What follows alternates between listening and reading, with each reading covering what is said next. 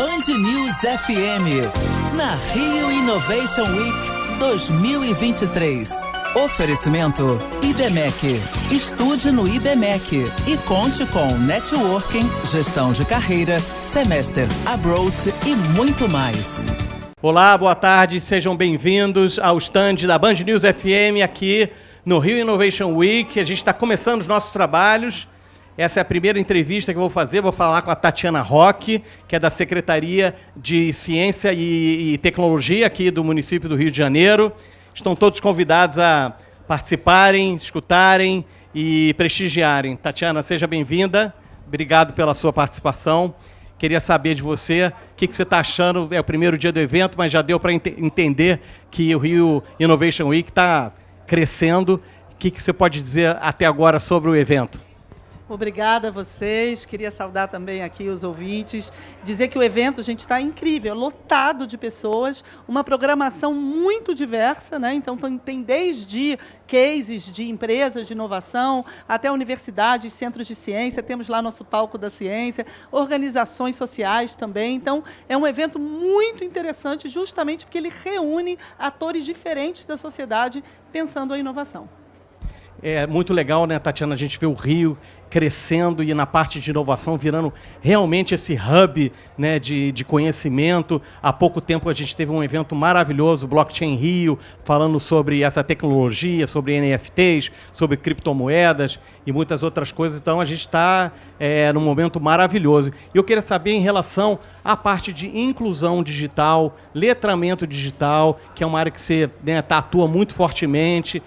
Como está isso para a nossa cidade? Essa é uma grande preocupação nossa, né? A minha secretaria, que é de Ciência e Tecnologia, é que tem as naves do conhecimento. A gente que faz a gestão das naves do conhecimento, que oferece cursos para a inclusão digital e para qualificação para esse novo mundo da tecnologia. A gente sabe que muitas pessoas com as novas tecnologias podem perder os seus empregos. Então, é muito importante que a gente qualifique as pessoas para que possam ter novos empregos, porque muitas oportunidades se fecham, mas outras se abrem.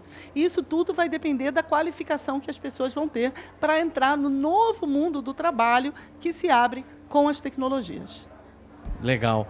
E a gente vê que o brasileiro, o carioca, ele gosta, ele não tem medo, né, de arriscar. Quando, né, tem novas tecnologias, ele vai e futuca e cai dentro mesmo quando a gente fala, né? Então, eu queria saber de você, quais são dentro do Rio de Janeiro, quais são as empresas que estão mais ligadas de tecnologia, em quais vertentes? O que a gente tem como vocação? Qual é a vocação do Rio em tecnologia?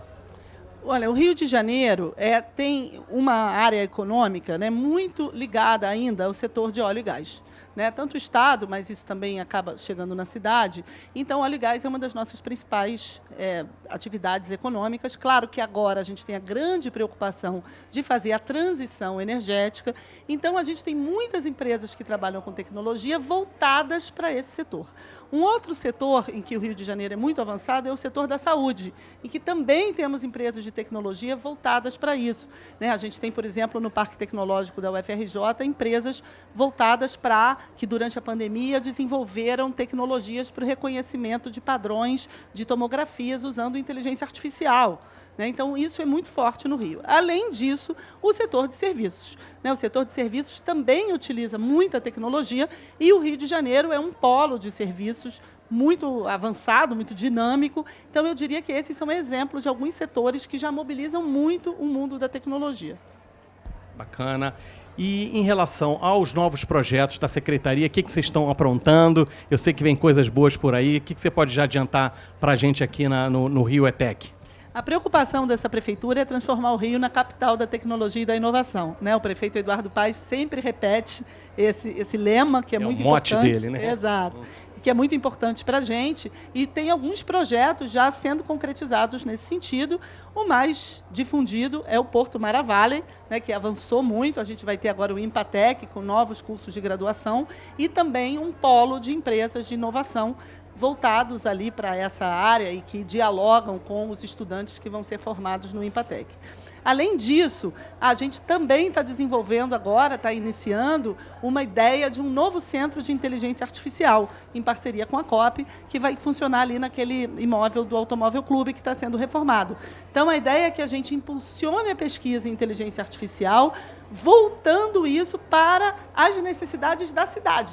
Então, se a cidade precisa de soluções de inteligência artificial em diferentes áreas, a gente vai desenvolver essas soluções juntando novamente universidades, empresas e prefeitura. Legal, e você falou de uma palavra importante, né? Duas, né? Cidade inteligente. Você está bem por dentro desse assunto. O que a gente pode esperar do Rio de Janeiro em relação a, fora essas que você já falou, porque você está falando sobre cidades inteligentes aqui também no evento. Fala para a gente um pouco. O Rio de Janeiro é muito avançado na área de cidades inteligentes. A gente tem um exemplo que é paradigmático até no país, que é o COR, o nosso Centro de Operações do Rio. A gente tem um stand aqui do COR, né? E o COR, ele desenvolve uma tecnologia importantíssima, que é aquela de prevenção de riscos, resiliência e prevenção de riscos. Vocês devem lembrar um episódio tristíssimo, há pouco tempo, que foram aquelas enchentes no litoral de São Paulo. E, infelizmente, naquela ocasião, eles não tinham ainda esse sistema de alarmes e sirenes com pontos de apoio para que as pessoas pudessem se refugiar durante catástrofes ambientais que vão se tornar agora mais frequentes, né? O Rio de Janeiro já tem essa tecnologia muito avançada e serve de referência, inclusive, para outras cidades do Brasil. Legal, a gente está chegando meio que no final aqui do nosso tempo. Queria fazer uma pergunta de ordem pessoal. Qual é a tua relação com a tecnologia? O que você vê, vamos pensar no cenário não de Black Mirror, né, que é uma coisa, né, meio de um futuro mais complicado, né, mais com um viés negativo. O que você acha que a gente pode esperar da tecnologia ajudando as pessoas no dia a dia e a maneira como as pessoas reagem e interagem com a tecnologia, né? O excesso é sempre complicado, então é mais uma pergunta minha, uma curiosidade, como você lida no seu dia a dia? Você consegue ficar longe do celular um pouco? Como funciona isso para você? A tecnologia tem um pouco esse ar de que é inevitável, né? O celular praticamente faz parte da nossa mão. Eu sinto, às vezes, assim, a minha mão com o formato do celular. É um novo membro, né, que a gente... Então, eu acho que a gente precisa parar um pouco para refletir. A gente tem um espaço aqui no Rio Innovation Week, que é da Secretaria Municipal de Ciência e Tecnologia, em parceria com o Ministério da Ciência e Tecnologia, para pensar exatamente isso. Se chama Impact for Change. Ou seja, como as novas tecnologias têm impacto social e podem servir para uma transformação social. É importantíssimo que a gente pare para pensar sobre isso, porque se as tecnologias, por um lado, têm esse ar de inevitável, né, a gente não consegue mais viver sem elas, por outro lado, para que elas tenham um impacto positivo na sociedade, de diminuição das desigualdades, de resolução dos nossos problemas sociais, a gente precisa atuar e o poder público tem um papel importantíssimo nisso. Legal esse espaço. A Paulinha Martini está cuidando, junto com o Batman aí. Zavarese, se eu não me engano. Não percam um espaço sensacional, muitas discussões bacanas. Queria agradecer a presença da Tatiana Roque aqui, da Secretaria de Ciência e Tecnologia do Rio de Janeiro. Até a próxima, daqui a pouco a gente volta. Obrigado, Tatiana. Obrigada, gente. Até a próxima. Então, pessoal, aqui diretamente do stand da Band News FM, estamos começando mais uma entrevista. Dessa vez com a Lucimar Dantas, que é professora do IBMEC. Quem quiser chegar perto para ver como é que funciona uma rádio, uma produtora de vídeos, enfim, aqui a gente está fazendo ao vivo e vamos começar então para o pessoal do YouTube aqui, começando essa nova entrevista com a Lucimar Dantas. Lucimar, conta um pouco para a gente como você cuida lá da área de um hub de startups no IBMEC, como começou isso e em que estágio está? Muito bom.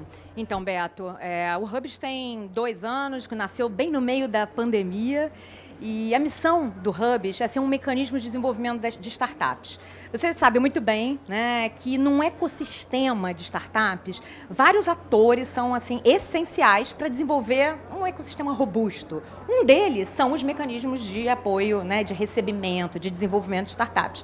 A gente tem aceleradoras, hubs, incubadoras, parques tecnológicos. Então, a gente está nesse lugar. E por que o IBMEC, né, tem um mecanismo como esse? Porque entende que é papel, né, de uma universidade, acolher empreendedores, né? Nosso papel é formar empreendedores, né? Uma escola, e o IBMEC é uma escola de negócios, esse lugar, então, é muito próprio nosso, né? E a que estágio está, né? Temos há 2 anos já em operação, já rodamos 4 programas, nesse momento estamos com uma chamada em aberto, então já fica a dica aí para quem está. Fique ligado, pessoal. Abrimos na quinta passada, encerramos um programa de aceleração e abrimos uma nova chamada também para aceleração. A gente trabalha com 2 programas, um programa de pré-aceleração, que basta o empreendedor ter uma ideia e a gente ajuda esse empreendedor a tirar essa ideia do papel. E a aceleração, que é o empreendedor já tem um produto, uma solução que pode ser comercializada e a gente entra com um choque de ordem para esse empreendedor, né, conseguir crescer, se desenvolver nos negócios, né, e crescer em muitas dimensões, comerciais, organizacionais. Então, isso que a gente faz, né, todos os dias, a cada 6 meses, mais ou menos, entra uma leva nova de 20 startups, 40, 50 empreendedores aí sendo impactados a cada 6 meses. E você reparou uma mudança nesse tempo na maturidade desses empreendedores? Como é que tá vindo esse pessoal? Está muito verde? Vocês precisam trabalhar bastante eles ou eles já estão vindo com bastante bagagem? Olha só, Beto, eu sou meio jurássica, né? Eu estou há 20 anos nesse ecossistema. O que eu noto, né, de diferente, né, dessa minha retrospectiva? Os empreendedores já chegam com mais repertório, né? Então, de 10 anos para cá, o ecossistema de empreendedorismo mudou muito, né? A gente hoje tem muito mais metodologia, né? A gente sabe que desenvolver uma startup não é desenvolver um pequeno, né, um novo negócio comum, né, como uma padaria, uma farmácia, sem prejuízo também. Padarias e farmácias são importantíssimas, né? Mas para desenvolver startups é diferente, né? A gente precisa ter métodos porque tem novidade. Uma startup tem algo novo e a novidade ela precisa ser apresentada ao mercado, o mercado precisa entender, precisa reagir. Então, a gente tem muita metodologia e, assim, há uma alfabetização do ecossistema, do empreendedor geral, né? A gente vê quanta gente circulando por aqui. Essas pessoas hoje já têm até o vocabulário, né? Então, já sabe o que é um MVP, né? Que é essa solução que eu falei, minimamente pronta para ir para o mercado para ser comercializado. Então, tem muito vocabulário que já está na boca, né, da sociedade em geral, então eles chegam já um pouco mais alfabetizados, mas isso não quer dizer que sejam melhores, né? Porque a inovação ela tem seus, né, desafios, a gente geralmente se apaixona pela inovação e aí é um grande problema, né? Porque a gente para de escutar quando a gente se apaixona, mas de uma maneira geral eu sinto sim que há um amadurecimento em alguma medida desse ecossistema. Legal. E o que você sente em relação ao Rio de Janeiro, né? A gente está vivendo, acho que um período que começa agora, né? A gente vem crescendo em relação a eventos. A gente teve o Blockchain Rio há pouco tempo e o Web Summit, né? Então, vários... Agora o Rio Innovation nem se fala. Então, como é que vocês lá no IBMEC, vocês fazem essa avaliação e o que você consegue entender do momento do Rio de Janeiro? Qual a vocação do Rio de Janeiro para a tecnologia, dessas empresas, né, desses empreendedores? Quais são as áreas que eles veem mais chance de dar certo, as soluções, de onde vêm, para resolver que dores e que problemas? Sim. Bom, a inovação é a cara do Rio, né? Eu acho que a gente tem como ambiente, até como a natureza, né? Esse ambiente aprazível, isso é muito favorável à inovação, né? A gente vê outros hubs aí no mundo afora, que são lugares que também têm uma ambiência, né? Que o empreendedor, geralmente, esse cara da tecnologia, ele também preza por qualidade de vida, né? E outros atributos que a gente encontra aqui. Então, o Rio, ele tem, né, por um lado, a natureza que nos favorece. A gente tem uma outra característica... São os ativos intangíveis. Ativos intangíveis, exatamente. A gente também tem aqui, né, uma concentração de institutos de pesquisa, né, muito acentuada, provavelmente a maior concentração de doutorandos e mestrandos do Brasil, né, tá aqui, né, per capita tá no Rio. Então isso dá para a gente um lugar muito confortável. Aqui se desenvolve tecnologia. O desafio é fazer, né, a tecnologia que está dentro do laboratório chegar no mercado para resolver um problema real, concreto que o mercado quer. E é isso que a gente, né, num mecanismo como o Hubs, a gente ajuda a fazer. Então, assim, acho que o Rio tem tem vantagens competitivas muito sustentáveis para a gente, né? Não só para fazer os eventos, porque também para fazer o evento aqui é o lugar certo, né? Todo mundo quer vir para o Rio, mas também como essas outras características, né? E sobre as áreas que vêm nos procurado, e que áreas mais promissoras, né? As coisas que você perguntou. muitos nos procuram, muitos ligados à área de educação, porque acho que vem na gente também como um lugar onde eles podem, né, validar e, né, ter a sua solução implementada. Então, a gente vê muitas soluções de educação, e aí eu te digo educação que vai desde um app em Libras para famílias e pessoas que estão em volta, né, de um surdo, né, de uma criança, um bebê surdo, para se alfabetizar em Libras, né, até educação musical. Por exemplo, né, 2 startups que estavam no nosso último grupo. E, então, assim, a educação é uma área que, sim, tem sempre muita adesão. Alguma coisa de saúde, bem-estar também, né, sempre chega. Né, e sobre ser promissor, eu acho que isso é muito relativo. Né? Na verdade, o problema tem que ser real. Né? Se o problema que aquele empreendedor identificou, ele é uma demanda, né, do mercado, se aquilo realmente está incomodando, né, o consumidor, o negócio vai, né, claro, é cheio de desafios, não estou dizendo que é fácil, né, mas ele vai encontrar. Né, ele tem que se apaixonar pelo problema e o problema tem que estar certo. Isso, e eu li né, há pouco tempo, acho que ano passado mais, teve uma queda grande no investimento de startups no Brasil como um todo. Sim. Como é que está esse cenário? Já deu uma melhorada? Está melhorando? Como está funcionando isso? Não, ainda não tivemos, né, uma retomada. E realmente, assim, quando eu falei do ecossistema, logo no início, né, trouxe à luz das instituições de ensino. Né? O IBMEC é uma instituição de ensino. Mas para esse ecossistema ser robusto, a gente precisa de outros elementos. Um deles é a capital. Né? Porque o empreendedor já vai correr o risco, né, do seu negócio, às vezes fazendo um trade-off, muitas vezes deixando até de ter uma carreira, né, no mundo corporativo, ele está lá se arriscando no negócio. Então, alguém precisa chegar junto, né, e colocar uma grana, né, que muitas vezes esse empreendedor não tem. Às vezes não tem tio rico, né, não tem um padrinho. Né, é uma raridade. Acontece, né, mas não é uma coisa muito certa de acontecer. Então, assim, é importantíssimo ter capital. E capital para cada etapa do desenvolvimento. Né? Quando o negócio está nascendo, às vezes são 50, 100 mil reais, que é o necessário para esse empreendedor ter fôlego e, né, focar no negócio. À medida que o problema vai, né, à medida que o negócio vai avançando, o dinheiro também, né, precisa ser maior. E aí é muito nesse lugar aí dos dinheiros maiores que teve essa secada. É claro, assim, que nós brasileiros, a gente se vira nos 30, né? A gente está acostumado a se virar com um pouco, e isso acaba, né, nos causando um fenômeno, né, que a gente cria negócios que viram tudo bonitinho, mas meio bonsai, sabe? A gente quer ser sequoia, a gente quer ser, né, jacarandá, a gente quer ser árvore grande, mas a gente fica tudo pequenininho muito por conta dessa limitação do capital. Né? Então, realmente é importantíssimo, né, a gente ter um ecossistema financeiro aberto ao risco, que a gente ainda não tem. Né? Já melhorou? Já. Em 20 anos, quando eu olho para trás, já temos, sim. Mas ainda temos muito dever de casa a fazer. Caminho para andar, né? E para quem quer, então, a gente já está meio que terminando, quem quer se inscrever, como faz? Qual é o caminho das pedras aí para entrar na aceleradora de vocês? Enfim. Muito bom. Bom, vou dar 2 caminhos, né? A gente tem uma publicação no nosso blog, né, com o edital e tudo mais. E a gente também, o Hubs, né, o IBMEC Hubs, tem um perfil no Instagram que está lá, né, link na bio, tem, né, informações adicionais. E o perfil é IBMEC Hubs RJ.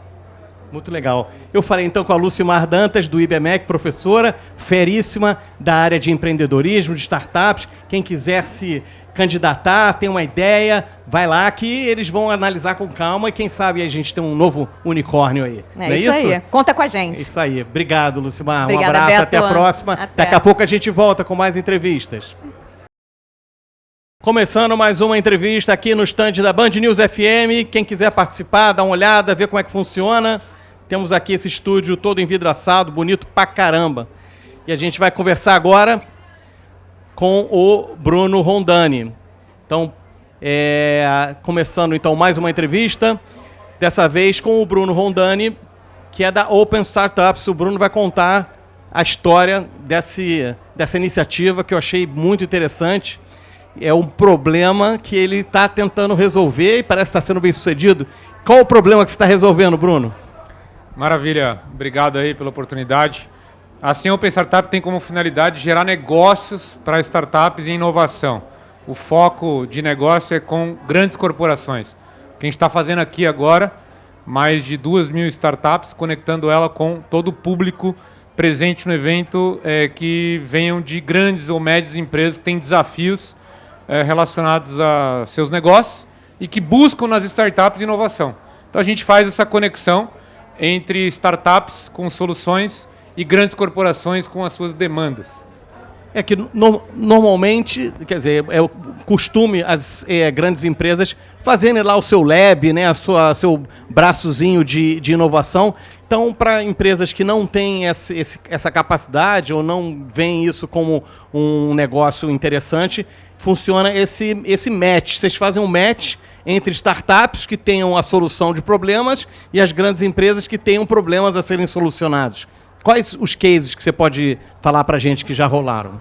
Não, maravilha. Vale lembrar que, de fato, se a gente pensar laboratórios de pesquisa e desenvolvimento de grandes empresas como modelo de inovação, ele é muito limitado no Brasil. Algumas poucas empresas têm uma capacidade de ter estruturas de P&D, que é mais do mercado desenvolvido, Estados Unidos, Europa, um pouco aí da Ásia. Pesquisa e desenvolvimento. Pesquisa e desenvolvimento.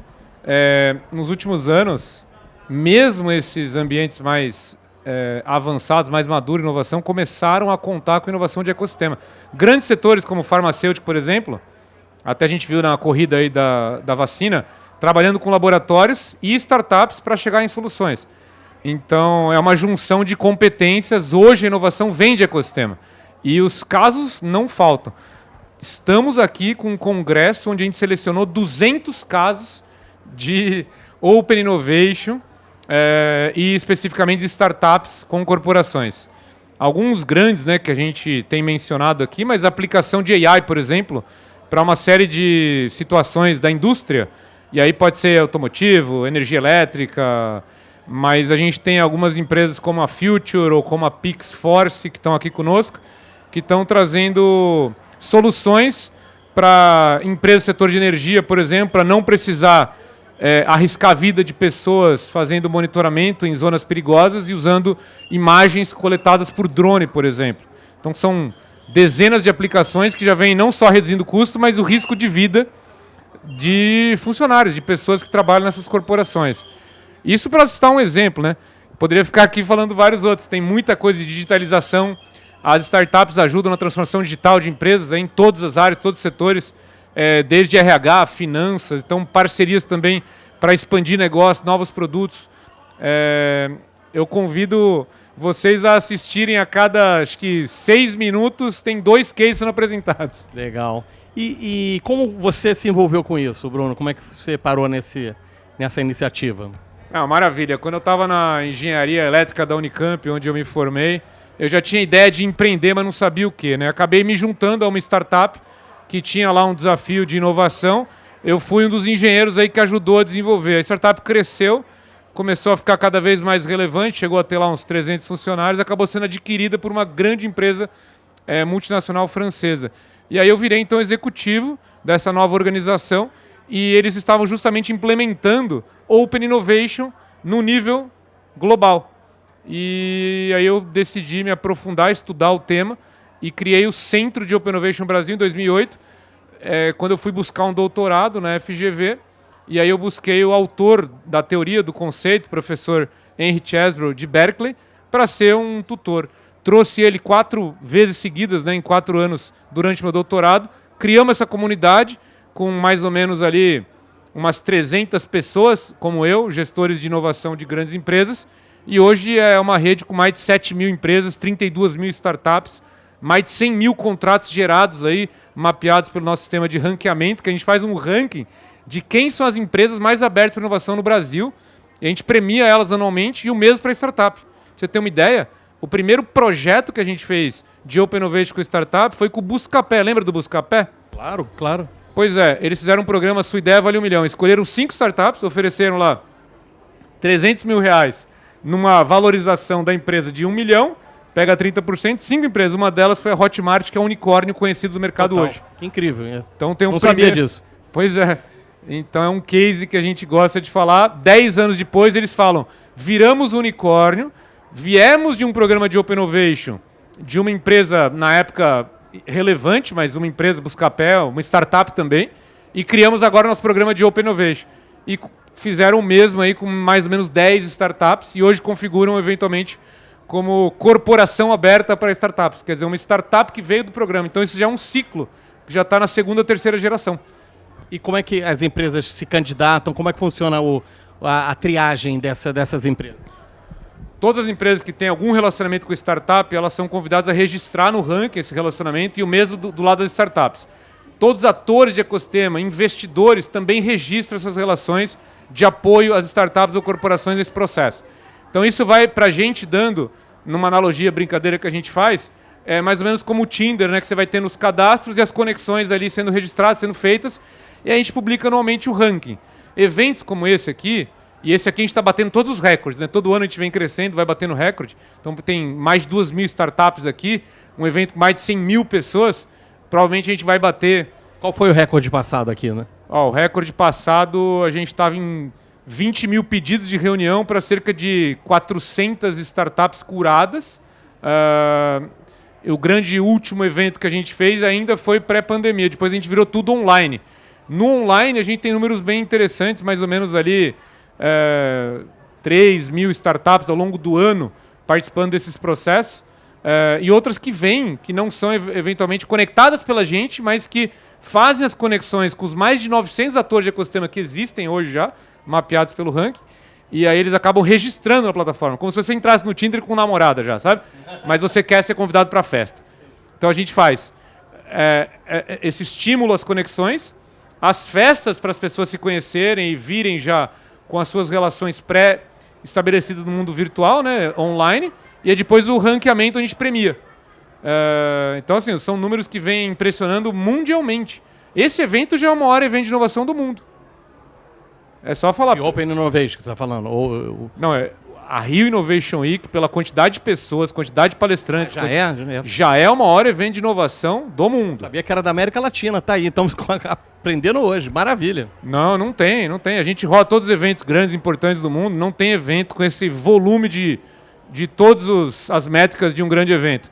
A gente é um pavilhão aqui, a gente é Open Innovation Week, a gente é focado em negócio, então não é para trabalhar com 100 mil pessoas. 100 mil pessoas podem talvez começar a entrar nesse mundo, mas hoje a gente tem ali talvez 10 mil pessoas circulando de grandes corporações, startups fazendo negócio. E aí vão os investidores, aí vão os consultores, aí vão advogados, vão mentores, vai todo tipo de pessoas que eventualmente quer investir em startup, quer trabalhar em startup, quer empreender futuramente, né?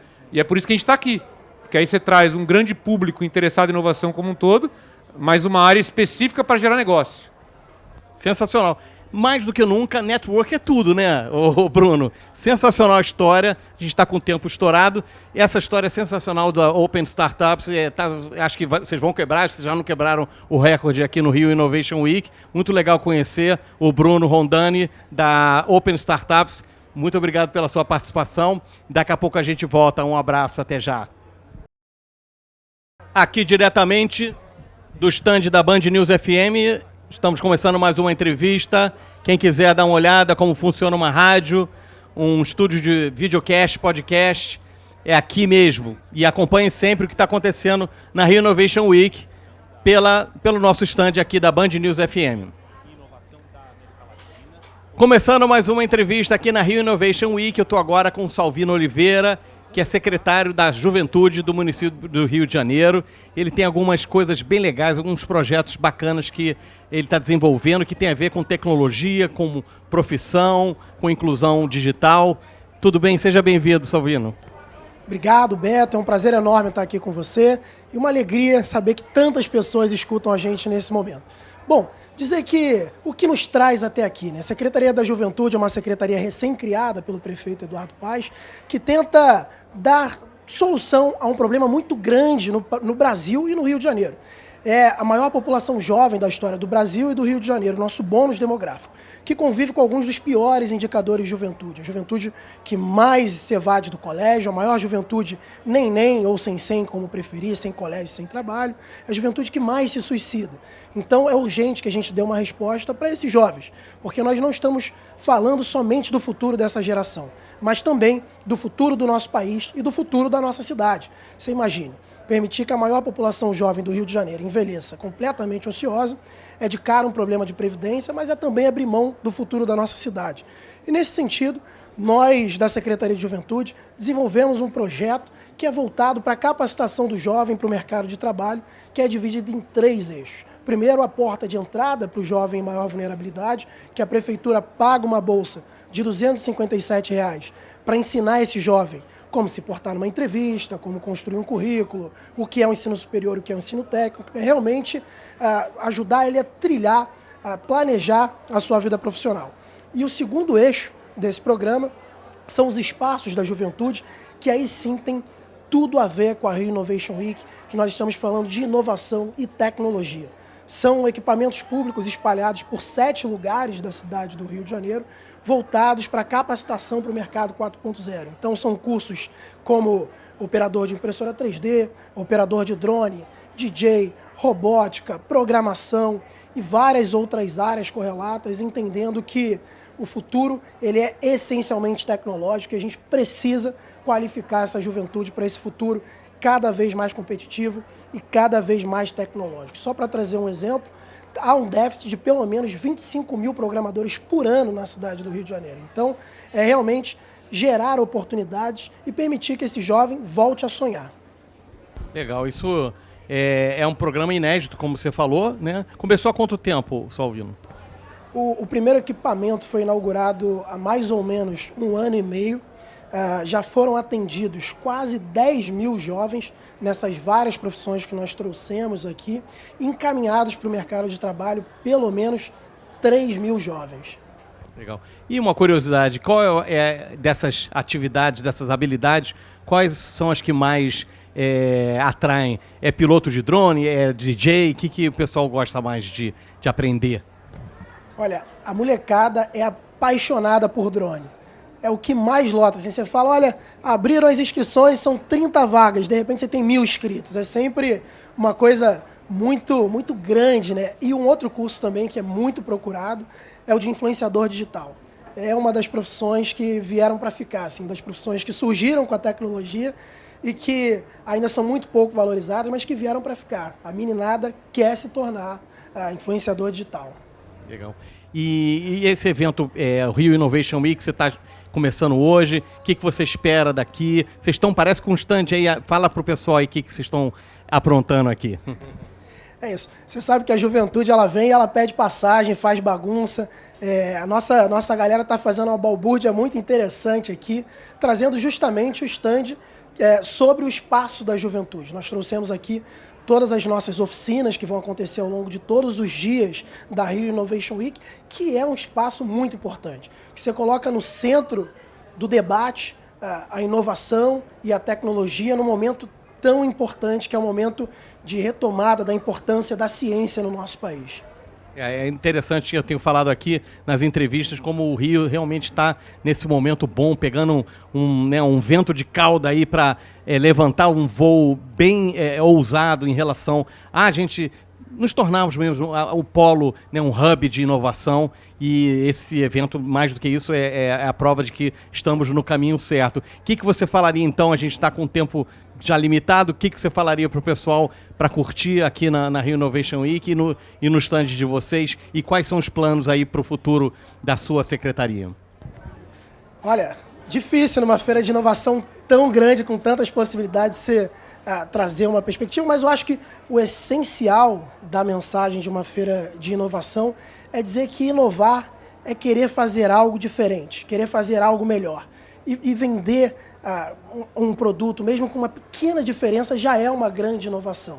Então, que os jovens, que em especial os jovens, eles tenham a inovação como uma premissa para construir um Rio de Janeiro que seja cada vez menos desigual, porque a tecnologia ela tem que ser um grande instrumento de capacitação, um grande instrumento de facilitação da nossa vida em sociedade. Então, eu diria para os jovens aproveitarem esse momento e curtirem demais a Secretaria de Juventude, porque nunca existiu na história do Rio de Janeiro uma Secretaria de Juventude. Então, eu quero, se eu pudesse deixar no final desses 4 anos um legado na Secretaria de Juventude, é que os jovens entendam que eles são não o futuro, que eles são o presente e que é a função do poder público gerar oportunidades e, como eu disse antes, fazer que esses jovens não só tenham o direito de sonhar, mas tenham todas as ferramentas necessárias para alcançar os seus sonhos.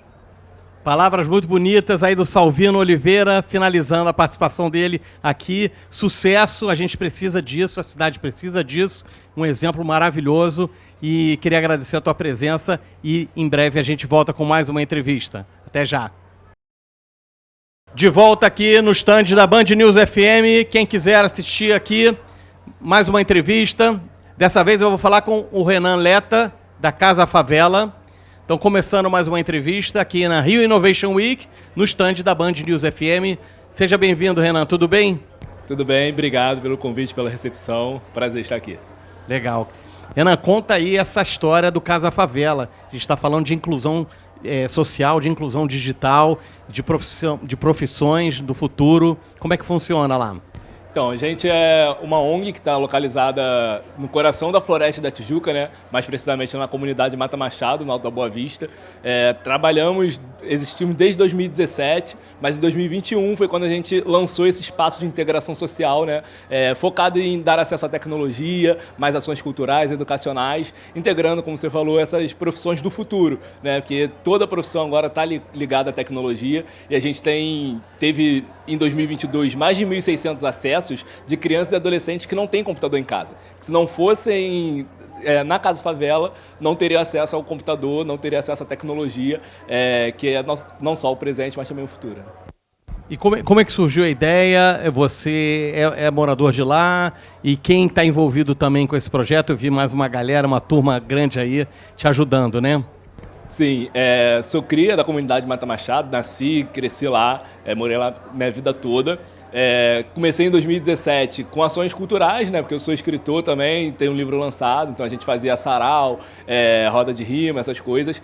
E com o tempo a gente foi evoluindo e foi agregando mais atividades, né? Durante a pandemia fizemos muita ação de assistência social, obviamente, mas o pós-pandemia para a gente foi essa virada de chave de inclusão produtiva, de inclusão tecnológica, falar sobre sustentabilidade com as crianças, com os adolescentes, e trazer oficinas de empreendedorismo, workshops voltados, né, como a gente tem um papo de futuro com o Gabriel, com o Felipe, que a gente traz essa inclusão já para o mercado de trabalho, né, preparar esse jovem para o mercado de trabalho, apresentar as profissões e mostrar que tem milhares de possibilidades e que, mesmo vindo da favela, que a gente pode ser cada uma dessas profissões.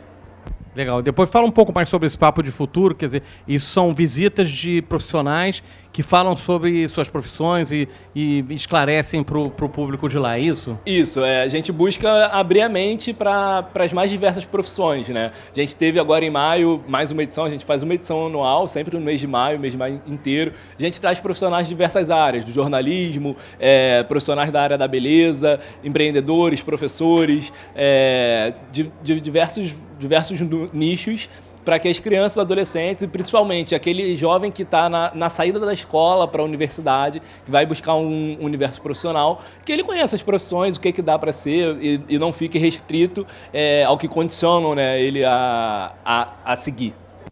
E como é que você conseguem verba? Eu imagino que seja uma luta diária. Como vocês fazem isso?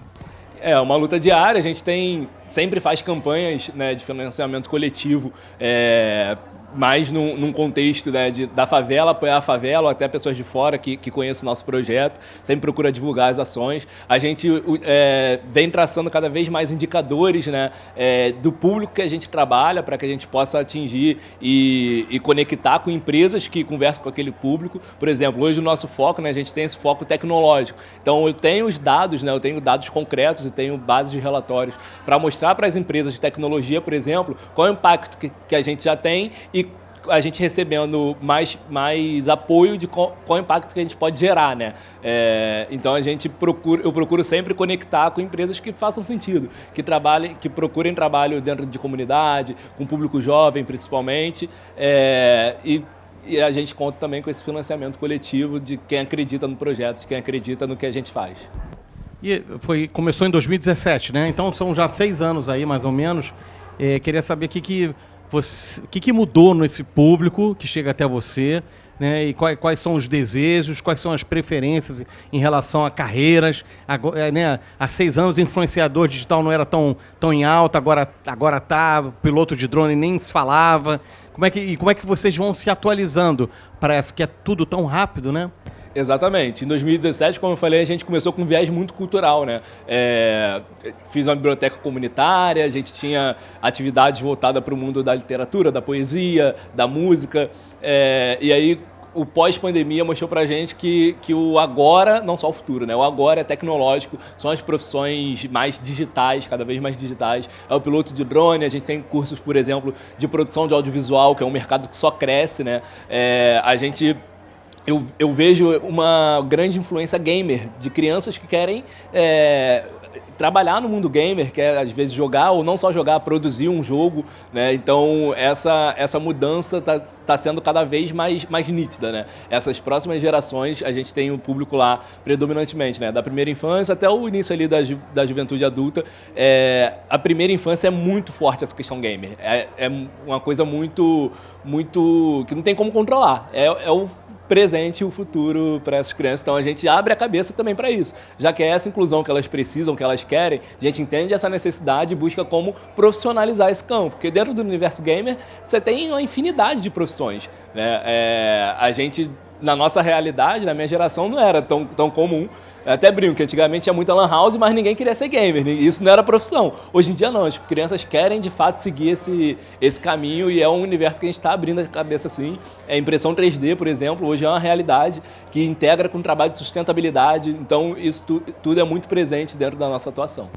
Legal, falando do universo gamer, né? Os gamers já há muito tempo já passaram cinema, música e todos os outros meios, né, de entretenimento juntos, né? Séries, é incrível. Bom, você quer dar uma última palavra, um recado para o pessoal aqui do Rio Innovation Week, da Band News FM? Conheçam a Casa Favela, venham, nossa casa está de portas abertas para todos e todas conhecerem. Estamos no coração da Floresta da Tijuca, temos um público muito focado, né, nessa questão da tecnologia, da sustentabilidade, da cultura. Então venham conhecer, acompanhem nas redes sociais, @CasaFavela. Né? @CasaFavela. E se possível, ajudem também o projeto para que a gente permaneça causando cada vez mais impacto dentro das comunidades, principalmente aqui do Rio de Janeiro. Muito legal, conversei com o Renan Letta, da Casa Favela, parabéns pela iniciativa e para todo mundo, toda a equipe, todo mundo, eu sei que não é sozinho que você está, tô vendo uma galera aí por trás aí das câmeras, muito bacana, obrigado pela sua presença aqui no nosso stand da Band News FM, daqui a pouco a gente volta. Começando mais uma entrevista aqui no stand da Band News FM. Quem quiser dar uma olhada como funciona o estúdio e acompanhar, a gente vai falar hoje sobre um tema importantíssimo agora, com a Aline Carvalho da Norsul. A gente vai falar sobre as relações de trabalho. A gente está falando de tecnologia, né, Aline? Mas com tanta mudança na maneira da gente trabalhar, como ficam as relações humanas dentro do trabalho, né? Você tem estudado isso bastante, né? Queria saber um pouco como você está vendo essas mudanças. A gente fica assustado com inteligência artificial, aí tem gente que diz que vai tirar os trabalhos de todo mundo. Não é bem assim, também não é bem assado. Como é, Aline? Seja bem-vinda. Muito obrigada. Ótima pergunta. Esse, de fato, é o assunto de maior estudo que a gente vem trabalhando na Norsul. E o que a gente percebe, e até a gente começou uma palestra hoje com uma frase emblemática do presidente da Microsoft, que diz que a tecnologia ela é muito importante, mas ela não dá conta de fazer a diferenciação no mundo e no mercado de trabalho, né? As relações de trabalho estão sendo radicalmente impactadas e o que vai fazer a diferença no mundo do trabalho é como as pessoas fazem o uso da tecnologia, né? Então as tecnologias elas vão sendo divulgadas e desenvolvidas, mas o que vai fazer a diferença nas empresas é como as pessoas estão usando. E, assim, vamos falar, essa é a palavra, né, é o termo que está sendo muito falado, que é a inteligência artificial. Como você está vendo essa... É uma tecnologia que veio e... Ontem eu vi uma frase interessantíssima de um cara que falou, eram músicos, um grupo de músicos que eu participo, falando sobre o futuro da profissão deles. E são músicos todos de excelência e eles estavam testando uma ferramenta de inteligência artificial estavam extremamente preocupados, né? E um deles falou, cara, eu acho a inteligência artificial mais impactante para a humanidade do que a internet. O que você fala sobre isso? Eu concordo plenamente. Isso me faz lembrar meu pai, quando o CD surgiu, falou assim, esse som está muito limpo. A tecnologia, a inteligência artificial, ela veio para mudar radicalmente a relação humana e nas empresas. No meu dia a dia de trabalho, ele foi radicalmente impactado. Eu hoje sou heavy user de ChatGPT, tenho usado bastante para produzir comunicados, e-mails, ajudar a fazer traduções.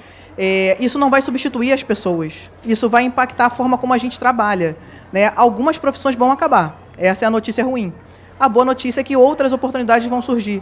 E a coisa mais importante, a gente tem duas coisas que a gente não pode abrir mão nesse mundo que se apresenta para a gente, é a vontade de aprender e o olhar para se tornar uma pessoa melhor. Disso a gente não tem como abrir mão, e isso é o que vai, de fato, fazer com que a gente lide bem com a inteligência artificial no dia a dia.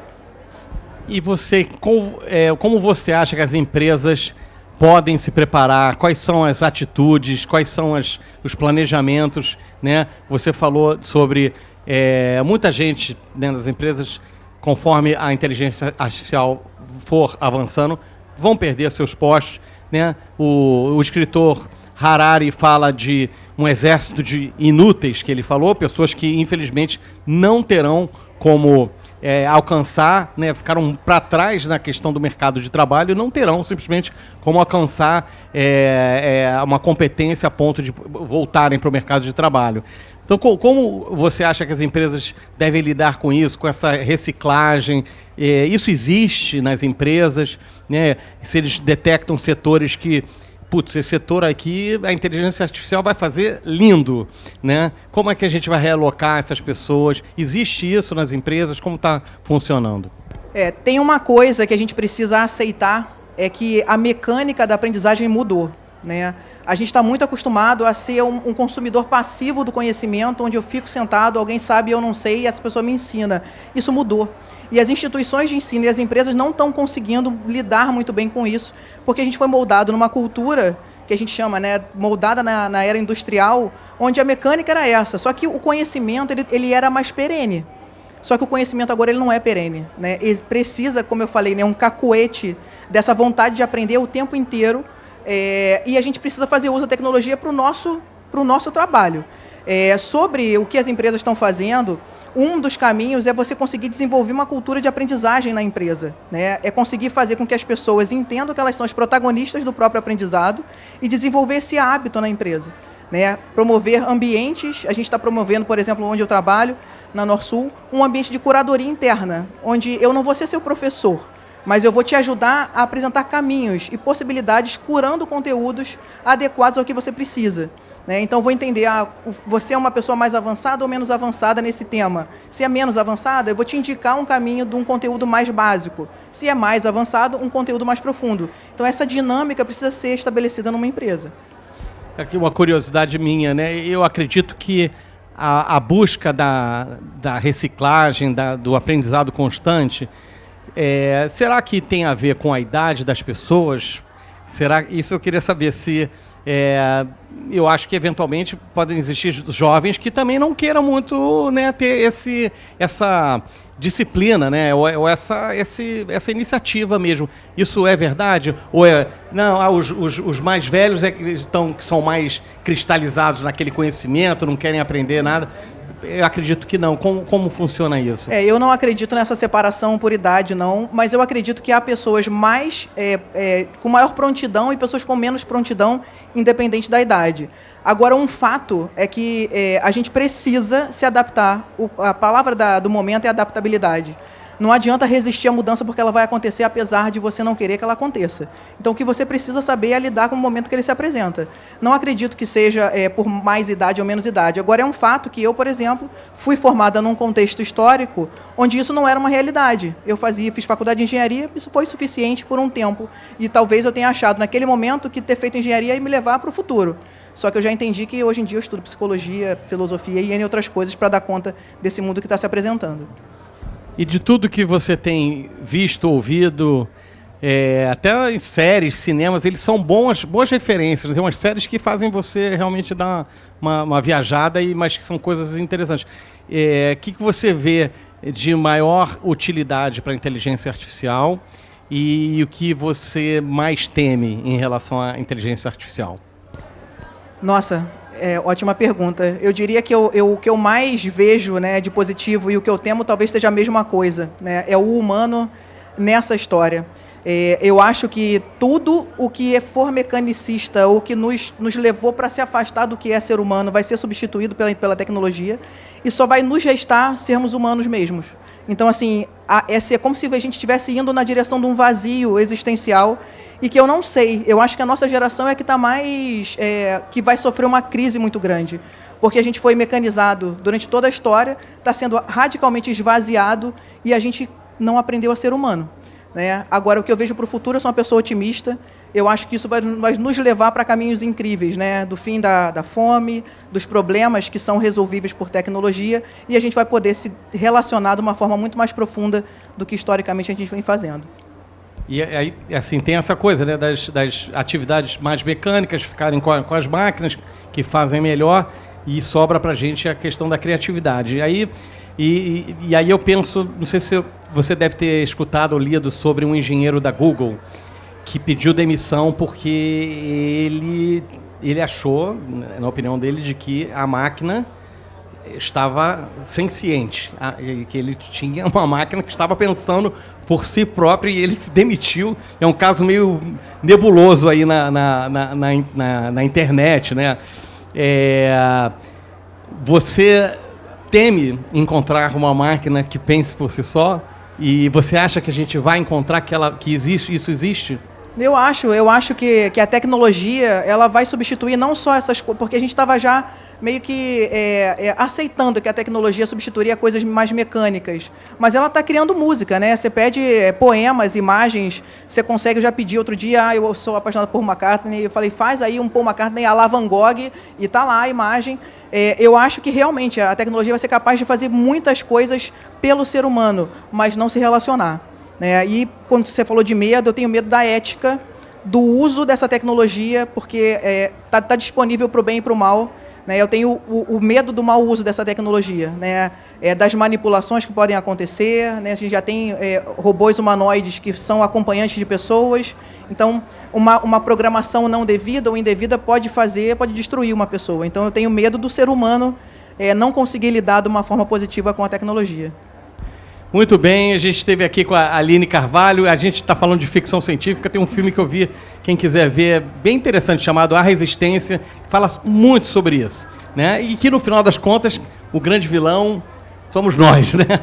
Então a gente tem que, pro bem e pro mal, a gente tem que encarar que a tecnologia vai avançar, não tem como parar, e a gente é que tem que fazer essa filtragem, senão a coisa pode ir para um caminho muito ruim.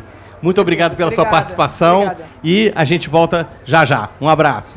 Band News FM, na Rio Innovation Week 2023.